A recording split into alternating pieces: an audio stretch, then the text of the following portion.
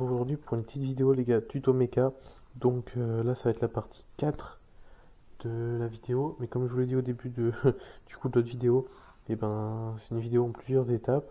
Donc là ça va être une étape de la vidéo, mais elle sera aussi retranscrite en vidéo à part en gros euh, sur ma chaîne. Donc voilà, donc là on a une boîte de vitesse de type Derby Euro 3 que nous allons dépouiller ensemble. Donc voilà, donc là tout d'abord on a euh, l'axe primaire, l'axe secondaire, l'axe primaire avec sa fourchette et son axe de fourchette que je repère avec un petit point bleu sur le dessus, c'est-à-dire que là vous voyez on va avoir le barillet et il va venir comme ça sur le barillet.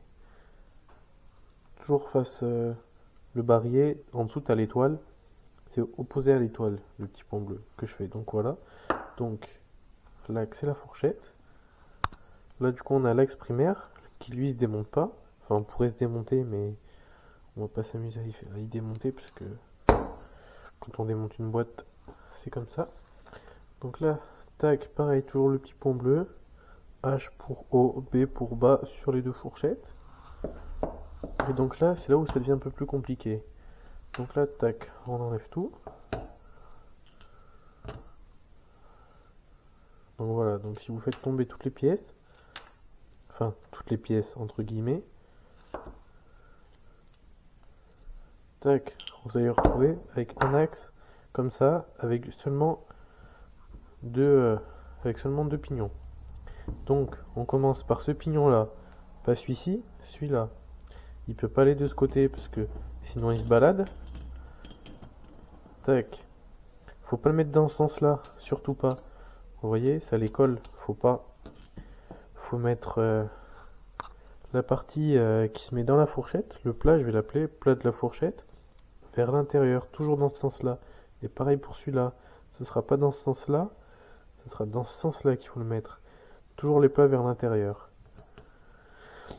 Donc là, comme ceci. Donc là, faut pas que ça fasse comme ça, vous voyez.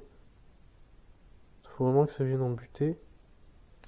Comme ça, vous voyez. Et là, c'est parfait.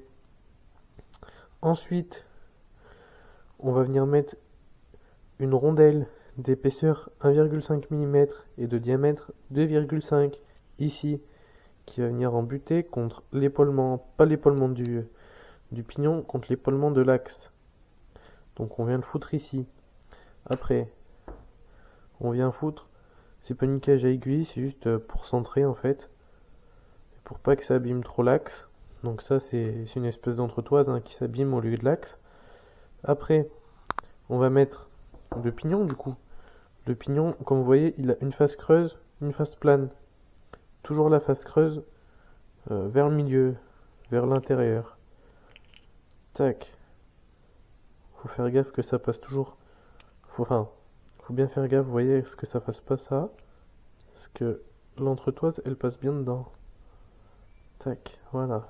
Donc là, vous voyez, déjà on a déjà le système à peu près. Après, petite rondelle. Vous avez un épaulement petit, vous avez une addition petite rondelle, grosse rondelle. Petite rondelle en premier, grosse rondelle en deuxième. La grosse rondelle en deuxième, pour que ça vienne bien sur toute la surface du carter. Si on met la plus petite rondelle, la rondelle elle peut se plier et ça va mal faire jointure au niveau du carter et ça va s'abîmer plus rapidement. Passons au côté droit. Donc là je vous ai dit, il se monte pas comme ça celui-là. Il se monte vraiment comme ça. Le plat pour la fourchette vers l'intérieur. Pas comme ça, pareil. Vous voyez, là ça fait un petit jour. Vraiment bien au fond. Vous voyez, faites comme ça pour vérifier. Et pareil pour celui-là. Vous voyez, là il est mal mis. Tac, là il est en position. Je vais faire des cartes tours. S'il n'est pas en position, il fait entier. Du coup, voilà. Après, pareil, une petite rondelle avec 4 trous. Vous en avez deux rondelles. Il faut faire gaffe à pas les confondre, celle-ci. On a deux rondelles avec 4 trous chacune.